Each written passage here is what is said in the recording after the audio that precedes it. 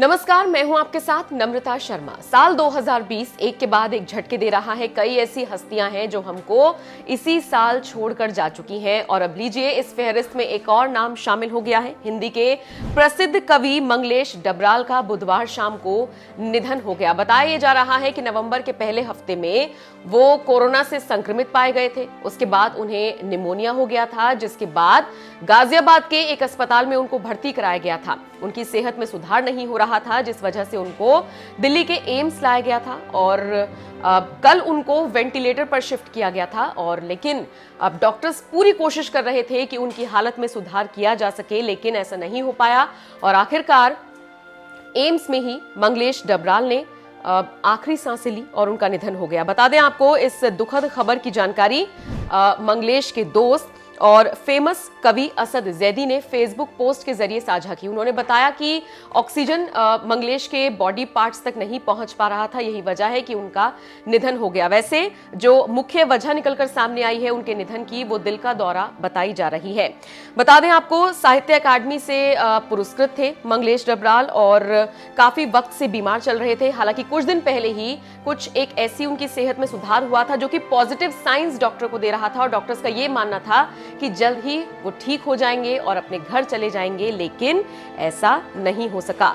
72 साल उनकी उम्र बताई जा रही है और 72 साल की उम्र में उन्होंने इस दुनिया को अलविदा कह दिया। बता दें आपको उनके बहुत सारी ऐसी कविता हैं जो उन्होंने लिखी हैं और उनके कविता संग्रह में पहाड़ पर लालटेन, घर का रास्ता, हम जो देखते हैं, मुझे दिखा एक मनुष्य, आवाज भी एक जगह है, नए युग में शत्रु और कवि ने कहा शामिल है। इसके अलावा लेखक की रोटी, कवि का अकेलापन जैसे गद्य संग्रह और एक बार आयोवा यात्रा वृत्तांत भी उन्होंने लिखा है और इसकी खूब ज्यादा चर्चा होती है।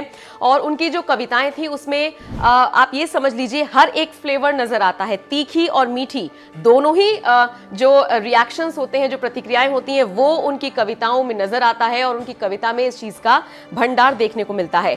कई उनकी ऐसी कविताएं हैं जिनका अलग अलग भाषाओं में अनुवाद हुआ है। बता दें आपको यहां पर कि उनको साहित्य अकादमी के अलावा श्रीकांत वर्मा पुरस्कार, शमशेर वर्मा सम्मान, पहल सम्मान और आदि सम्मान से भी सम्मानित किया जा चुका है।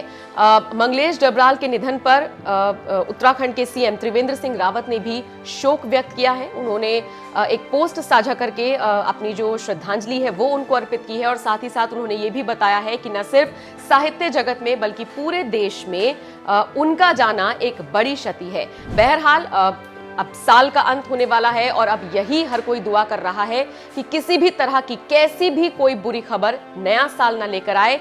एक तरफ कोरोना वैक्सीन का इंतजार हो रहा है और दूसरी तरफ जिस तरीके से बैक टू बैक दिग्गज हस्तियां हम सबको छोड़कर गई हैं अलग अलग वजह से, इस तरह की खबरें अब ना आए, हर कोई यही दुआ कर रहा है।